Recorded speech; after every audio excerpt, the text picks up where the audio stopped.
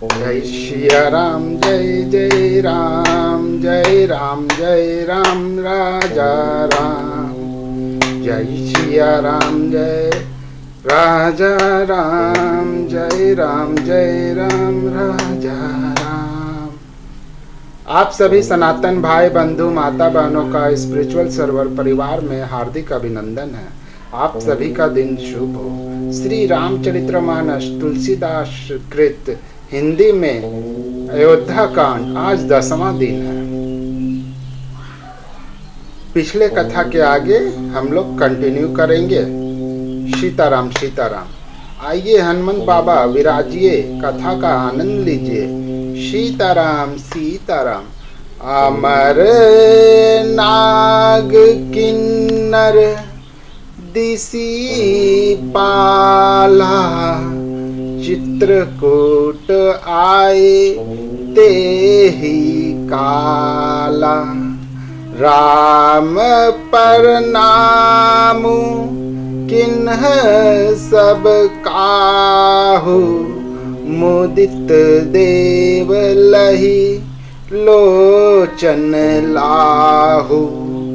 उस समय देवता, नाग, किन्नर और दिक्पाल चित्रकूट में आए और श्री रामचंद्र जी ने सब किसी को प्रणाम किया। देवता नेत्रों का लाभ पाकर आनंदित हुए। फूलों की वर्षा करके देव समाज ने कहा, हे नाथ, आज आपका दर्शन पाकर हम सनाथ हो गए। फिर विनती कर कर उन्होंने अपने दुस्सह दुख सुनाए और दुखों के नाश का आश्वासन पाकर हर्षित होकर अपने अपने स्थानों को चले गए। श्री रघुनाथ जी चित्रकूट में आ बसे हैं। यह समाचार सुन सुनकर बहुत से मुनि आए। रघुकुल के चंद्रमा श्री रामचंद्र जी ने मुदित हुई मुनि मंडली को आते देखकर दंडवत प्रणाम किया। मुनिगण श्री राम जी को हृदय से लगा लेते हैं और सफल होने के लिए आशीर्वाद देते हैं। वे सीता जी, लक्ष्मण जी और श्री रामचंद्र जी की छवि देखते हैं और अपने सारे साधनों को सफल हुआ समझते हैं। प्रभु श्री रामचंद्र जी ने यथा योग सम्मान करके मुनि मंडली को विदा किया। श्री रामचंद्र जी के आ जाने से वे सब अपने अपने आश्रमों में अब स्वतंत्रता के साथ योग, जप, यज्ञ और तप करने लगे।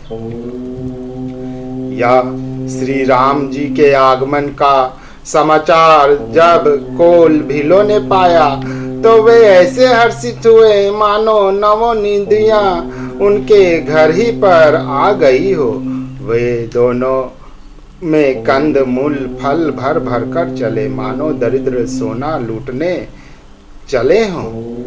उनमें से जो दोनों भाइयों को पहले देख चुके हैं, उनसे दूसरे लोग रास्ते में जाते हुए पूछते हैं। इस प्रकार श्री रामचंद्र जी की सुंदरता कहते सुनते सब ने आकर श्री रघुनाथ जी के दर्शन किए। भेंट आगे रखकर वे लोग जोहार करते हैं और अत्यंत अनुराग के साथ प्रभु को देखते हैं।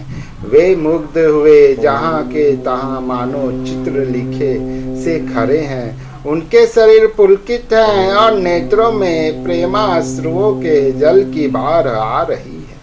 श्री राम जी ने उन सबको प्रेम में मगन जाना और फिर प्रिय वचन कहकर सबका सम्मान किया। वे बार बार प्रभु श्री रामचंद्र जी को जोहार करते हुए हाथ जोड़कर विनीत वचन कहते हैं। हे नाथ, प्रभु, आपके चरणों का दर्शन पाकर अब हम सब सनाथ हो गए। हे कौशल राज, हमारे ही भाग्य से आपका यहाँ शुभागमन हुआ है। हे नाथ, जहाँ जहाँ आपने अपने चरण रखे हैं वे पृथ्वी, वन, मार्ग और पहाड़ धन्य हैं। वे वन में विचरने वाले पक्षी और पशु धन्य हैं जो आपको देखकर सफल जन्म हो गए। हम सब भी अपने परिवार सहित धन्य हैं जिन्होंने नेत्र भरकर आपका दर्शन किया।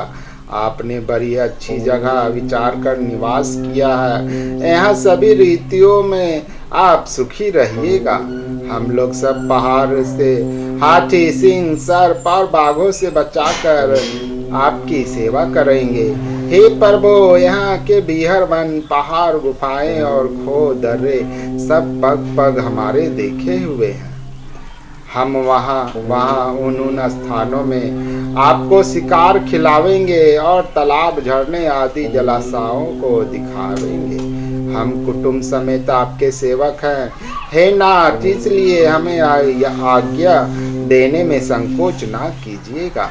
जो वेदों के वचन और मुनियों के मन को भी अगम है, वे करुणा के धाम प्रभु श्री रामचंद्र जी भीलों के वचन इस तरह सुन रहे हैं जैसे पिता बालकों के वचन सुनता है। श्री रामचंद्र जी केवल प्रेम प्यारा है। जो जानने वाला हो, जानना चाहता हो, वह जान ले। तब श्री रामचंद्र जी ने प्रेम से परिपुष्ट हुए प्रेम पूर्ण कोमल वचन कहकर उन सब वन में विचरण करने वाले लोगों को संतुष्ट किया। फिर उनको विदा किया। वे सिर नवाकर चले और प्रभु के गुण कहते सुनते घर आए। इस प्रकार देवता और मुनियों को सुख देने वाले दोनों भाई सीता जी समेत वन में निवास करने लगे। जब से श्री रघुनाथ जी वन में आकर रहे, तब से वन मंगलदायक हो गया। अनेकों प्रकार के वृक्ष फूलते हैं और फलते हैं और उन पर लिपटी हुई सुंदर बेलों के मंडप तने हैं। वे कल्प वृक्ष के समान स्वाभाविक ही सुंदर हैं, मानो वे देवताओं के वन नंदन वन को छोड़कर आए हो। घोड़ों की पंक्तियां बहुत ही सुंदर गुंजार करती है और सुख देने वाली शीतल मन सुगंधित हवा चलती रहती है। नीलकंठ, कोयल, तोते, पपीहे, चकवे और चकोर आदि पक्षी कानों को सुख देने वाले और चित्त को चुराने वाली तरह तरह की बोलियां बोलते हैं। हाथी, सिंह, बंदर, सूअर और हिरन ये सब वेर छोड़कर साथ साथ विचरते हैं। शिकार के लिए फिरते हुए श्री रामचंद्र जी की छवि को देखकर पशुओं के समूह विशेष आनंदित होते हैं।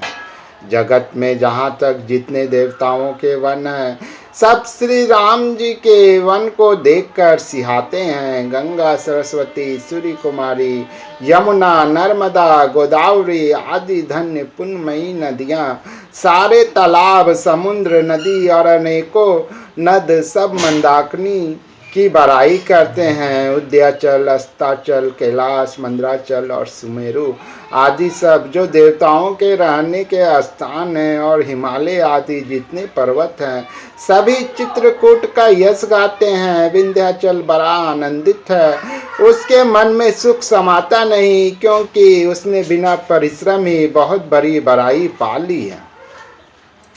चित्रकूट के पक्षी, पशु, बेल, वृक्ष, तृण, अंकुर आदि की सभी जातियां पुण्य की राशि हैं और धन्य हैं। देवता दिन रात ऐसा कहते हैं। आँखों वाले जीव श्री रामचंद्र जी को देखकर जन्म का फल पाकर शोक रहित हो जाते हैं और अचर, पर्वत, वृक्ष, भूमि, नदी आदि भगवान की चरण रज का स्पर्श पाकर सुखी होते हैं। यों सभी परम पद मोक्ष के अधिकारी हो गए। वह वन और पर्वत स्वाभाविक ही सुंदर है, मंगलमय और अत्यंत पवित्रों को भी पवित्र करने वाला है। उसकी महिमा किस प्रकार कही जाए, जहाँ सुख के समुद्र श्री राम जी ने निवास किया है। क्षीर सागर को त्याग कर और अयोध्या को छोड़कर जहाँ सीता जी, लक्ष्मण जी और श्री रामचंद्र जी आकर रहे, उस वन की जैसी परम शोभा है, उसको हजार मुख वाले जो लाख शेष जी हों तो वो भी नहीं कह सकते। उसे भला मैं किस प्रकार से वर्णन करके कह सकता हूँ। कहीं पोखरे का क्षुद्र कछुआ भी मंदराचल उठा सकता है। लक्ष्मण जी मन वचन और कर्म से श्री रामचंद्र जी की सेवा करते हैं। उनके शील और स्नेह का वर्णन नहीं किया जा सकता। क्षण क्षण पर श्री सीताराम जी के चरणों को देखकर और अपने ऊपर उनका स्नेह जानकर लक्ष्मण जी सौपन में भी भाइयों, माता पिता और घर की याद नहीं करते। श्री रामचंद्र जी के साथ सीता जी, अयोध्यापुरी कुटुंब के लोग और घर की याद भूलकर बहुत ही सुखी रहती है। क्षण क्षण पर पति श्री रामचंद्र जी के चंद्रमा समान मुख को देखकर वे वैसे ही परम प्रसन्न रहती है जैसे चकोर कुमारी चकोरी चंद्रमा को देखकर स्वामी का प्रेम अपने नित्य प्रति बढ़ता हुआ देखकर सीता जी ऐसी हर्षित रहती है जैसे दिन में चकवी। सीता जी का मन श्री रामचंद्र जी के चरणों में अनुरक्त है, इससे उनको वन हजारों अवध के समान प्रिय लगता है। प्रियतम श्री रामचंद्र जी के साथ पर्णकुटी प्यारी लगती है। मृग और पक्षी प्यारे कुटुंबियों के समान लगते हैं। मुनियों की स्त्रियां सास के समान, श्रेष्ठ मुनि ससुर के समान और कंदमूल फलों का आहार उनको अमृत के समान लगता है। स्वामी के साथ सुंदर सारथी कुश और पत्तों की सेज सैकड़ों कामदेव की सेजों के समान है, सुख देने वाली है, जिनके कृपा पूर्वक देखने मात्र से जीव लोकपाल हो जाते हैं। उनको कहीं भोग विलास मोहित कर सकते हैं। जिन श्री रामचंद्र जी का स्मरण करने से ही भक्तजन तमाम भोग विलास को तिनके के समान त्याग देते हैं और उन श्री रामचंद्र जी की प्रिय पत्नी और जगत की माता सीता जी के लिए यह भोग विलास का त्याग कुछ भी आश्चर्य नहीं है। सीता जी और लक्ष्मण जी को किस प्रकार सुख मिले श्री रघुनाथ जी वही करते हैं और वही कहते हैं।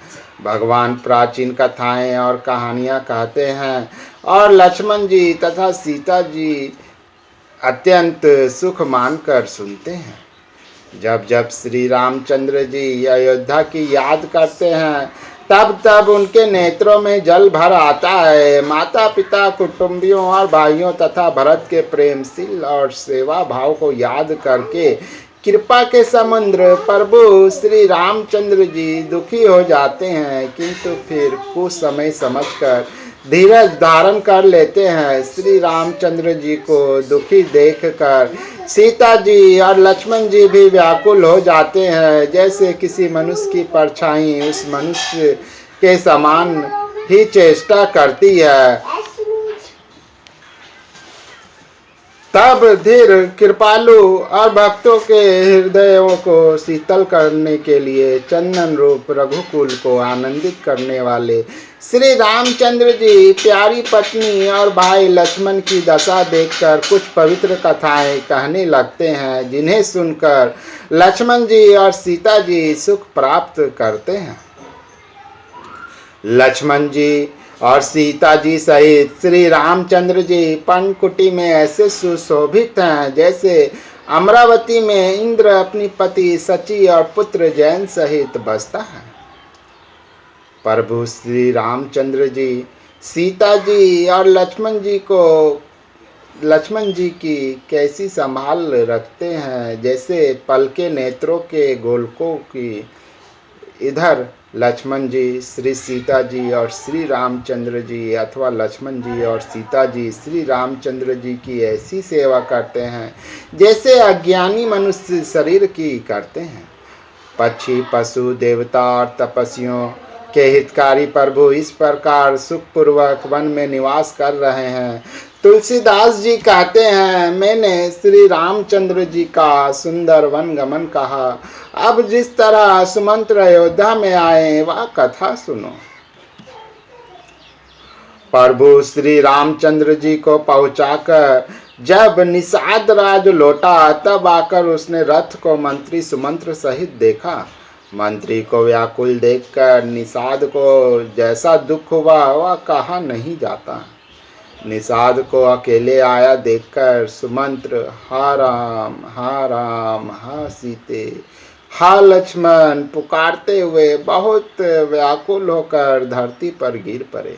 रथ के घोड़े दक्षिण दिशा की ओर जिधर श्री रामचंद्र जी गए थे देख देख कर हिनहिनाते हैं, मानो बिना पंख के पक्षी व्याकुल हो रहे हो। वे ना तो घास चरते हैं ना पानी पीते हैं,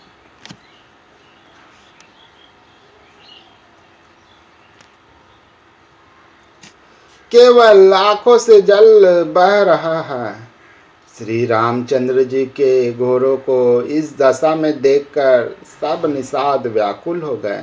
तब धीरज धरकर निषाद राज कहने लगा, हे सुमंत्र जी, अब विषाद को छोड़िए। आप पंडित और परमार्थ के जानने वाले हैं, विधाता को प्रतिकूल जानकर धैर्य धारण कीजिए।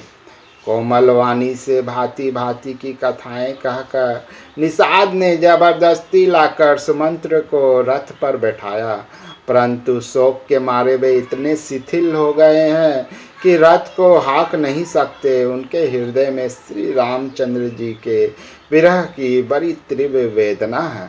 घोड़े तरपराते हैं और ठीक रास्ते पर नहीं चलते, मानो जंगली पशु लाकर रथ में जोत दिए गए हों।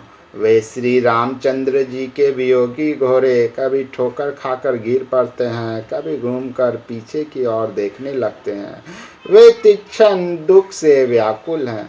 जो कोई राम लक्ष्मण या जानकी का नाम ले लेता है, घोड़ा हिकर हिकर कर उसकी ओर प्यार से देखने लगते हैं।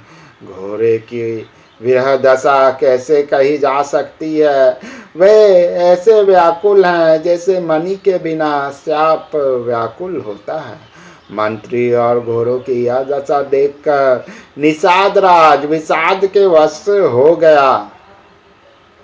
तब उसने अपने 4 उत्तम सेवक बुलाकर सारथी के साथ कर दिए। निषाद राजगु सारथी सुमंत्र जी को पहुंचाकर विदा करके लौटा।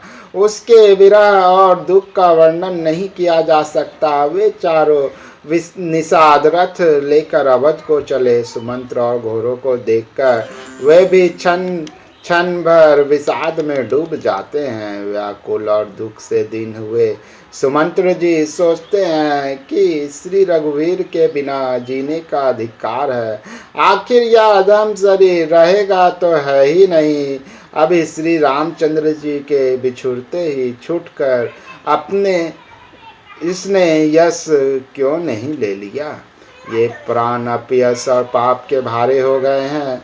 अब ये किस कारण कुछ नहीं करते, निकलते नहीं। हाय नीच मन, बड़ा अच्छा मौका चूक गया। अब भी तो हृदय के 2 टुकड़े नहीं हो जाते। सुमंत्र हाथ मल मल कर और सिर पीट पीट कर पछताते हैं, मानो कोई कंजूस धन का खजाना खो बैठा हो।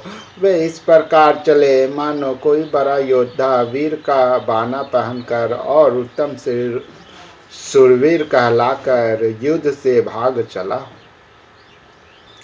जैसे कोई विवेकशील वेद का ज्ञाता साधु सम्मत आचरणों वाला और उत्तम जाति का कुलीन ब्राह्मण धोखे से मदिरा पी ले और पीछे पछतावे, उसी प्रकार मंत्री सुमंत्र सोच कर पछता रहे हैं।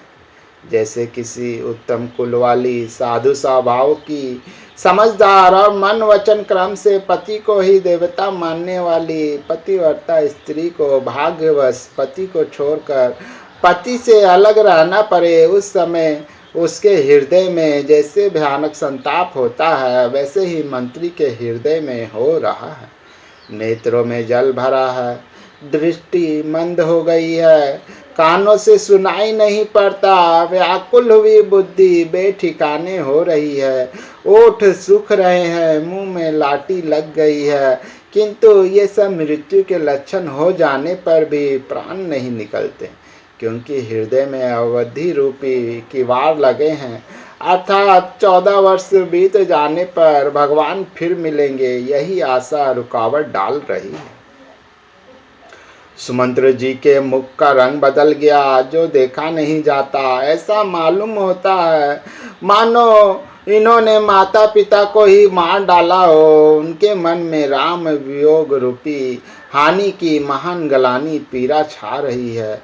जैसे कोई पापी मनुष्य नरक को जाता हुआ रास्ते में सोच कर रहा हो। मुंह से वचन नहीं निकलते, हृदय में पछताते हैं कि मैं अयोध्या जाकर क्या कहूँगा। श्री रामचंद्र जी से शून्य रथ को जो भी देखेगा वही मुझे देखने में संकोच करेगा, अर्थात मेरा मुंह नहीं देखना चाहेगा। नगर के सब व्याकुल स्त्री पुरुष सब जब दौड़ कर मुझसे पूछेंगे, तब मैं हृदय पर वज्र रख कर सबको उत्तर दूंगा।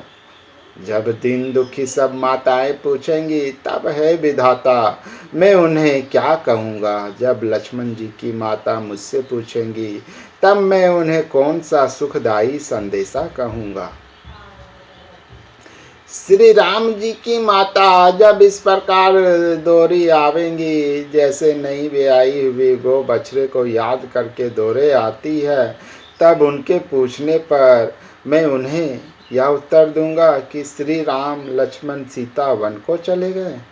जो भी पूछेगा उसे यही उत्तर देना पड़ेगा, हाय अयोध्या जाकर अब मुझे यही सुख लेना है। जब दुख से दिन महाराज जिनको जीवन श्री रघुनाथ जी के दर्शन के अधीन है मुझसे पूछेंगे, तब मैं कौन सा मुंह लेकर उन्हें उत्तर दूंगा कि मैं राजकुमारों को कुशल पूर्वक पहुंचा आया हूँ। लक्ष्मण सीता और श्री राम का समाचार सुनते ही महाराज तिनके की तरह शरीर त्याग देंगे। प्रियतम श्री राम जी रूपी जल के बिछुड़ते ही मेरा हृदय कीचड़ की तरह फट नहीं गया। इससे मैं जानता हूँ कि विधाता ने मुझे यह यातना शरीर ही दिया है, जो पापी जीवों को नरक भोगने के लिए मिलता है। सुमंत्र इस प्रकार मार्ग में पछतावा कर रहे थे, इतने में ही रथ तुरंत तमसा नदी के तट पर आ पहुंचा। मंत्री ने विनय करके चारों निषादों को विदा किया। वे विषाद से व्याकुल होते हुए सुमंत्र के पैरों पड़कर लौटे। नगर में प्रवेश करते मंत्री गलानी के कारण ऐसे सकुचाते हैं मानो गुरु ब्राह्मण या गो को मार कर आए हों। सारा दिन एक पेड़ के नीचे बैठकर बिताया। जब संध्या हुई तब मौका मिला। अंधेरा होने पर उन्होंने अयोध्या में प्रवेश किया और रथ को दरवाजे पर खड़ा करके वे चुपके से महल में घुसे। जिन जिन लोगों ने ये समाचार सुन पाया वे सभी रथ को देखने के को राजद्वार पर आए। रथ को पहचान कर और गोरों को व्याकुल देखकर उनके शरीर ऐसे गले जा रहे हैं, छिन्न हो रहे हैं, जैसे धाम में ओले। नगर के स्त्री पुरुष कैसे व्याकुल हैं, जैसे जल के घटने पर मछलियां व्याकुल होती हैं। मंत्री का अकेले ही आना सुनकर सारा रनिवास व्याकुल हो गया। राजमहल उनको ऐसा भयानक लगा मानो प्रेतों का निवास स्थान शमशान हो। अत्यंत आर्त होकर सब रानियां पूछती हैं, पर सुमंत्र को कुछ उत्तर नहीं आता। उनकी वाणी विकल हो गई, रुक गई, ना कानों से सुनाई पड़ता है, ना आंखों से कुछ सूझता है। वे जो भी सामने आता है उससे पूछते हैं, कहो राजा कहाँ हैं। दासियां मंत्री को व्याकुल देखकर उन्हें कौशल्या जी के महल में लिवा गई। सुमंत्र ने जाकर वहां राजा को कैसा बैठे देखा, मानो बिना अमृत का चंद्रमा हो। राजा आसन सैया और आभूषणों से रहित बिल्कुल मलिन उदास पृथ्वी पर पड़े हुए हैं। वे लंबी सांसें लेकर इस प्रकार सोच करते हैं मानो राजा याति स्वर्ग से गिरकर सोच कर रहे हैं। राजा क्षण में सोच से छाती भर लेते हैं। ऐसी विकल दशा है मानो गिद्धराज जटायु का भाई संपाति पंखों के जल जाने पर गिर पड़ा हो। राजा बार बार राम राम हा स्नेही प्यारे राम कहते हैं, फिर हा राम हा लक्ष्मण हा जानकी ऐसा कहने लगते हैं। मंत्री ने देखकर जय जीव कहकर दंडवत प्रणाम किया। सुनते ही राजा व्याकुल होकर उठे और बोले, सुमंत्र कहो राम कहाँ है। राजा ने इस मंत्र को हृदय से लगा लिया, मानो डूबते हुए आदमी को कुछ सहारा मिल गया हो। मंत्री को स्नेह के साथ पास बैठाकर नेत्रों में जल भरकर राजा पूछने लगे, हे मेरे प्रेमी सखा, श्री राम की कुशल कहो। बताओ, श्री राम, लक्ष्मण और जानकी कहाँ हैं? उन्हें लौटा लाए हो कि वे वन को चले गए? यह सुनते ही मंत्री के नेत्रों में जल भर आया। शोक से व्याकुल होकर राजा फिर पूछने लगे, सीता, राम और लक्ष्मण का संदेशा तो कहो। श्री रामचंद्र जी के रूप, गुण, शील और स्वभाव को याद करके राजा हृदय में सोच करते हैं और कहते हैं, मैंने राजा होने की बात सुनाकर वनवास दे दिया। यह सुनकर भी जिस राम के मन में हर्ष और विषाद नहीं हुआ, ऐसे पुत्र के बिछुड़ने पर भी मेरे प्राण नहीं गए, तब मेरे समान बड़ा पापी कौन होगा? हे सखा, श्री राम, जानकी और लक्ष्मण जहाँ हैं, मुझे भी वहाँ पहुँचा दो, नहीं तो मैं सत्य भाव से कहता हूँ कि मेरे प्राण अब चलना ही चाहते हैं। राजा बार बार मंत्री से पूछते हैं, मेरे प्रियतम पुत्रों का संदेशा सुनाओ। हे सखा, तुम तुरंत वही उपाय करो जिससे श्री राम, लक्ष्मण और सीता को मुझे आंखों से दिखा दो। मंत्री धीरज धरकर कोमल वाणी बोले, महाराज, आप पंडित और ज्ञानी हैं। हे देव, आप शूरवीर तथा उत्तम धैर्यवान पुरुषों में श्रेष्ठ हैं। आपने सदा साधुओं के समाज का सेवन किया है। जन्म मरण, सुख दुख के भोग, हानि लाभ, प्यारों का मिलना बिछुड़ना, ये सब है स्वामी, काल और क्रम के अधीन रात और दिन की तरह बरबस होते रहते हैं। मूर्ख लोग सुख में हर्षित होते हैं और दुख में रोते हैं, पर धीर पुरुष अपने मन में दोनों को समान समझते हैं। वे सबके हितकारी रक्षक। आप विवेक विचार कर धीरज धरिए और शोक का परित्याग कीजिए। श्री राम जी का पहला निवास मुकाम तमसा के तट पर हुआ, दूसरा गंगा तीर पर। सीता जी सहित दोनों भाई उस दिन स्नान करके जल पीकर ही रहे। केवट निषाद राज ने बहुत सेवा की। वह रात सिंगवेरपुर में ही बिताई। दूसरे दिन सवेरा होते ही बर का दूध मंगवाया और उससे श्री राम, लक्ष्मण ने अपने सिरों पर जटाओं के मुकुट बनाए।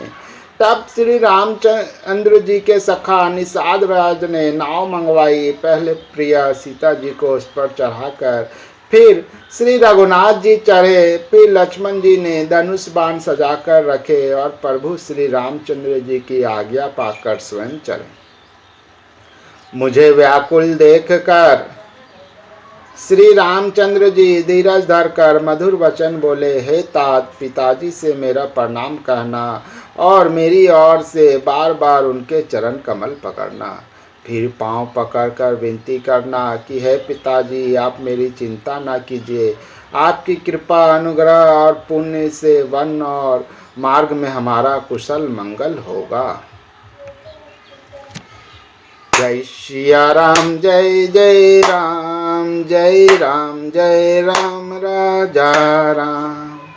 हे राम पुरुषोत्तमा, नरहरे नारायण केशवा,